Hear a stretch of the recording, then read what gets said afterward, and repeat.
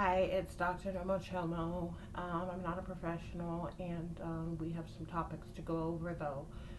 One of those topics being the bragging of surpassing and hopping over obstacles, adversity, and observed curses, shall we say. So, observed curses is something that is manifest. A curse is a manifestation of something that is troublesome and not very comfortable. It causes anxiety, aggravation, um, and is a devaluation to the experience of life. It's something that can be alleviated, resolved, or remedied. So, for every problem, there is a solution. For every single problem, there is a solution. Um, and due to this, shall we say, inexplicable uh, evading of actually absolving the actual issue, and this basically, rather than fixing it, or at least trying to fix it in a timely manner, folks went ahead, knew that there was a problem, hopped over it, and went on ahead to allow others to experience the shortcomings that do come from these curses, these obstacles, adversity, troubles. Um, and the problem with this is if someone's able to observe the problem and they refuse to actually acknowledge or attempt to resolve the issue in a timely manner, they're just as much culpable as the ones who are doing this thing. Now, this doesn't mean that in every circumstance, those who can observe a problem are necessarily at fault, because for different reasons, some people are underqualified to even know how to explain these problems. They might be able to be a witness to it and even know that it's a problem, but they may not know how to actually specify what it is that they're seeing. For instance, when experiencing trauma or experiencing something that is not uh, particularly acceptable, and you know that it's not acceptable, but you don't know how to express it.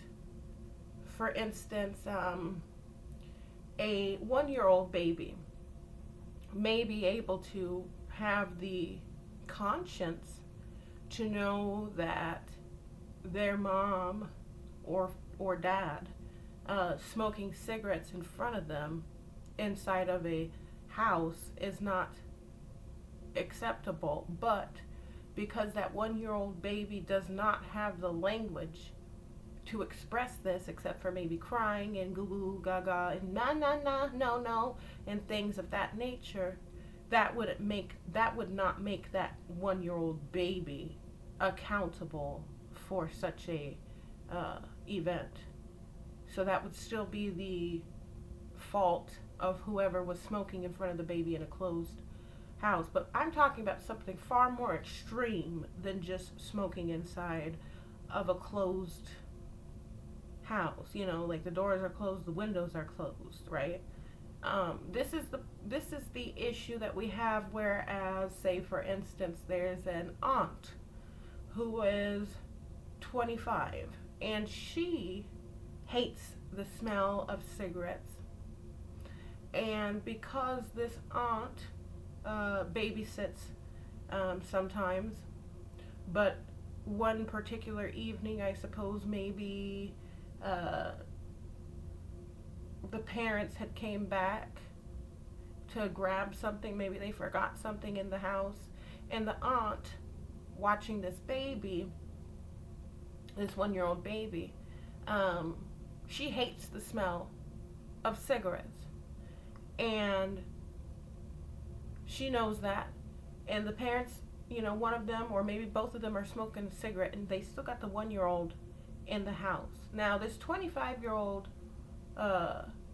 babysitter, the aunt, whatever, so the sister of one of the two out of the couple, say it's the mom's sister. The mom's sister.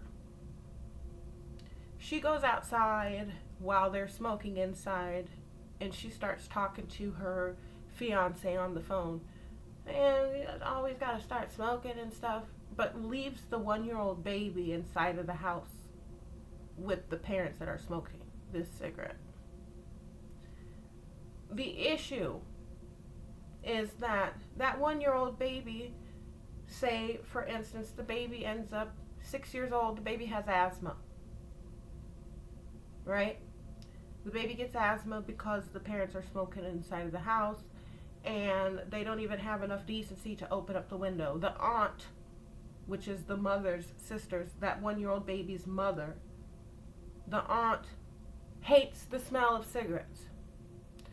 So she's able to walk out of the house, get fresh air.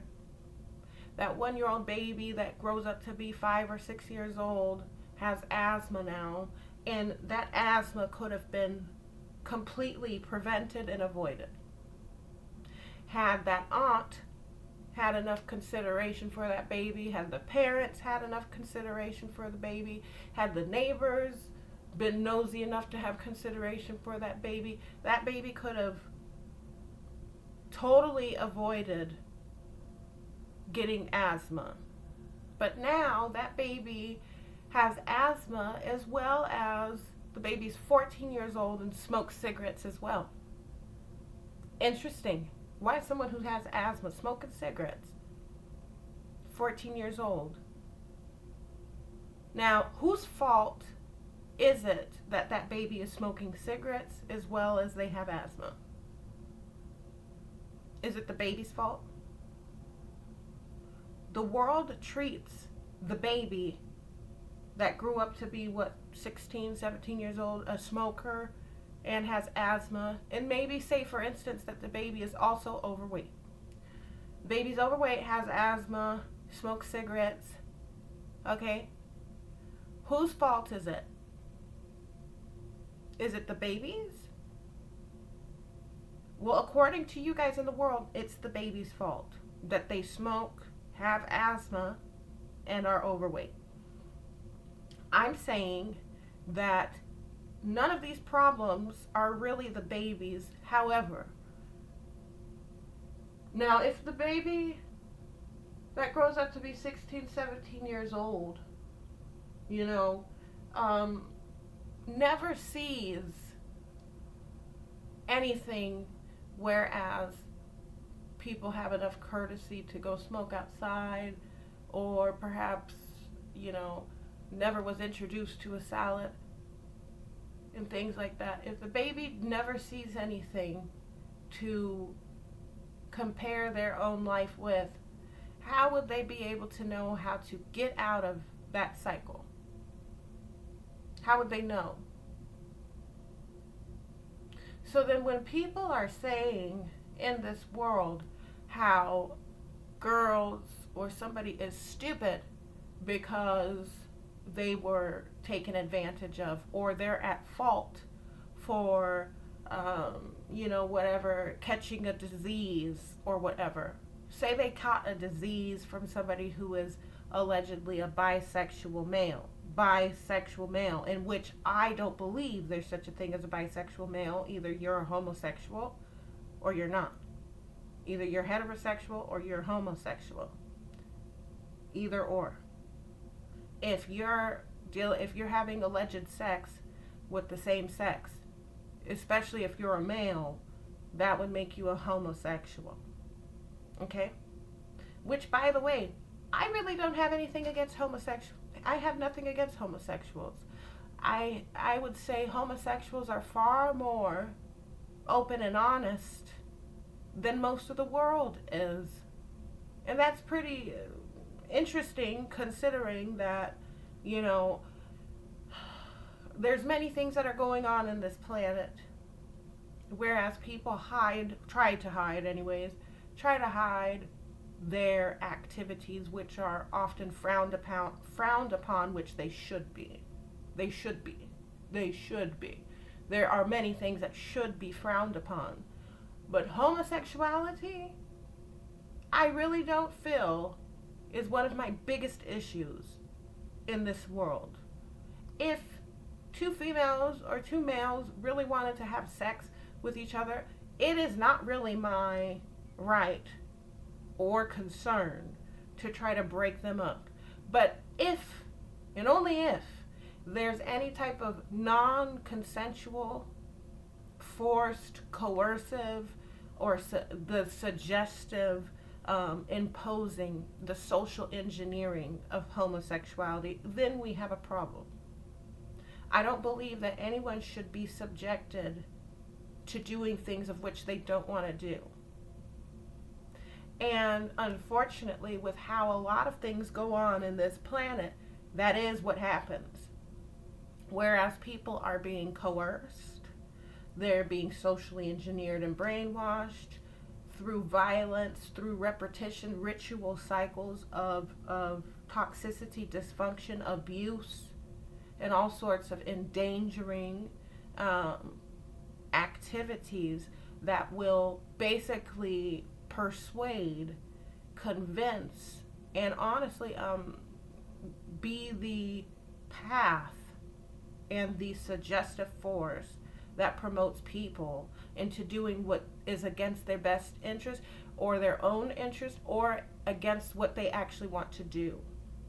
So because of this evil and because of this inability to be honest about anything, this inability to respect boundaries, this inability to say what need be said to basically, to basically impress someone or to, basically get someone to do the better thing or do what is in their best interest or vocalize what their boundaries are.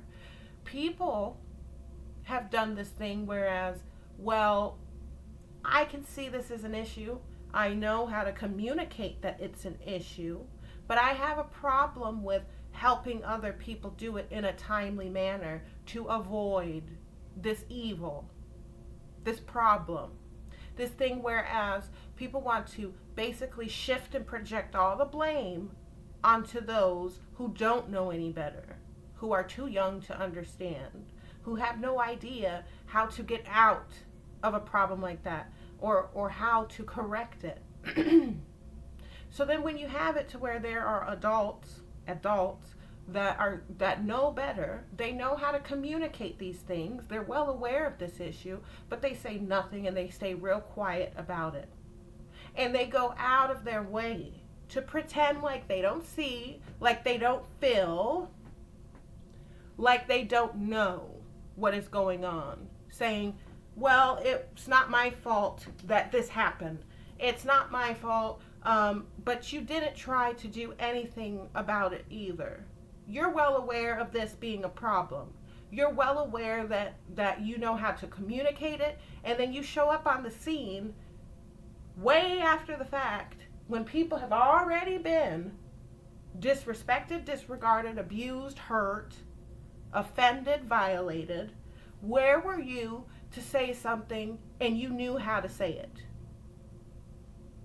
So then when we, who were at a point in time limited with our vocabulary, we were very limited with our communication ability and skills, and then you guys want to hold on to this evil misconduct and use every force and attempt at spiritual just manipulation and abuses, using weaponry and devices to get your way of what you know is wrong, what you know is invasive, what you know is disrespectful to anyone and everyone's boundaries. Can I do to you what you do to me without penalty?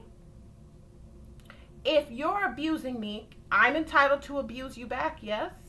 Because I don't believe in turning the other cheek, nor do I believe in forgiveness when there is absolutely no attempt to try to correct this issue. You don't show up all after the fact and think that, oh, well, now I'm going to help.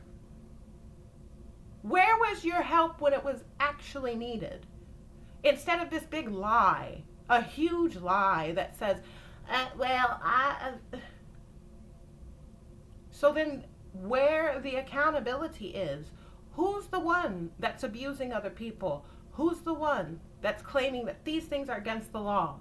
These things are crimes, but turning blind eyes and cherry picking when somebody gets to be an actual victim and get help? Is it not wrong when it happens to anybody?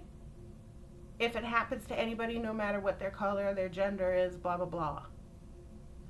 So then this sympathetic tone that people have, or this sympathetic nature towards those who are offending and violating other human beings. You guys, all of a sudden, you know how to be sympathetic or to suddenly care about somebody when it's their rights that are being violated, their rights. But when they've been violating other people, have a legacy of violating other people, and you don't notice and you don't want to say and peep up and say something. So forever a scapegoat. We have scapegoats, forever scapegoats. And who are the two greatest scapegoats? Well, first of all, we have one scapegoat who, as far as I'm concerned, I really don't even know really what to say because it is very annoying. We have it to where, sure, white men are scapegoats, and then who else is minority women who do not go along with the narrative that we are handed to us. And why does this happen? Because of this abusive, oppressive criminal. You've got it to where there's decoy whites. Decoy whites, you're annoying because you're abusive to your own alleged people who have went through genocide. Religion is another weapon that is used basically to circumvent any sort of responsibility where it needs to be placed. So then you want to talk about the sexual assault that has never been prosecuted and never been corrected and never been stopped. All of this sexual assault that is going on and has been going on in this land is disgusting. And it's never been corrected. Why do males, especially minority males, why do you feel entitled to sexually assault and without penalty? And then right along, not just with minority males, then that's when you have decoy whites that basically they'll use their so-called fiat, and they'll play this game of, okay, well, I can rent a pussy or a boy, whatever, another human being. You can rent another human being. And then here we have another one, the traitor. You're a traitor. Yeah, you are. The traitor basically, he's like, oh, well, I can arrest you for you being sexually assaulted for getting profit. As if there was some real profit out of there. There was no real profit. So then when we have it to where people that try to use intimidation and weaponry, high-class technology to be abusive to women or men who speak out, just go ahead and go to a lonely island. You're just seriously, not only are you like pathetic, it's just, the reality is that you can't handle words. You're sensitive over words. So you feel entitled to abuse people without consequences. Well, if words could be turned into weapons, I'd say you'd get slashed in your throat and you'd fucking fall to the floor. If words could be manifested and be used like weapons, yeah, you'd be slashed to the floor. If I tell you to stop disrespecting my boundaries and to go to hell where you belong, that's what you should do. Go burn in this alleged hell. Go burn. And stay the fuck out of my life. Nobody wants to be fucking goddamn disrespected by a bunch of chumps and punks who don't know how to leave people alone. People that don't even want them. I don't want you. You're too immature for my liking. You're embarrassing. You're not strong. You're just weak. Why? Because you don't want to hear the truth? Stop sexually assaulting people. Stop birthing people that are not supposed to be born on this planet. Stop trying to intimidate and bully people that don't want to fuck with you. Leave people alone and leave my people alone. You guys are not entitled to a forever gravy train. And as for those of you who have been able to, brag on social media talking about, well, I didn't go through that and I've seen it and because y'all are stupid. You guys are stupid because you were abused by people who failed and could never protect us. And they were too busy exploiting us and taking advantage and being the most absolute spineless cowards that they are. Spineless cowards that abuse children and women and men who tell them about themselves with our limited vocabulary. They're pathetic. Wanting a forever slave trade and plantation. They want forever to have accessibility to being reproduced and sex. Sex that ain't even sex, it's rape. As a matter of fact, any woman that's having children outside of wedlock, more than likely you were raped. And these folks don't want to admit it. They don't want to take accountability for it. Yeah, you're impoverished and you're with children and you're impoverished because they raped you. You're going through what you're going through because folks have been raping you and you're experiencing genocide. Okay? And just because you look a certain way does not mean that that's what the fuck you are. Just because you look like you're black or you look like you're whatever, just know this. If your male needs asylum from another territory, they're raping you. If your male is talking about racism, they're raping you. If there's a male that is putting they're putting whatever, projecting it, that's rape. Those are rapists and they need to be dealt with.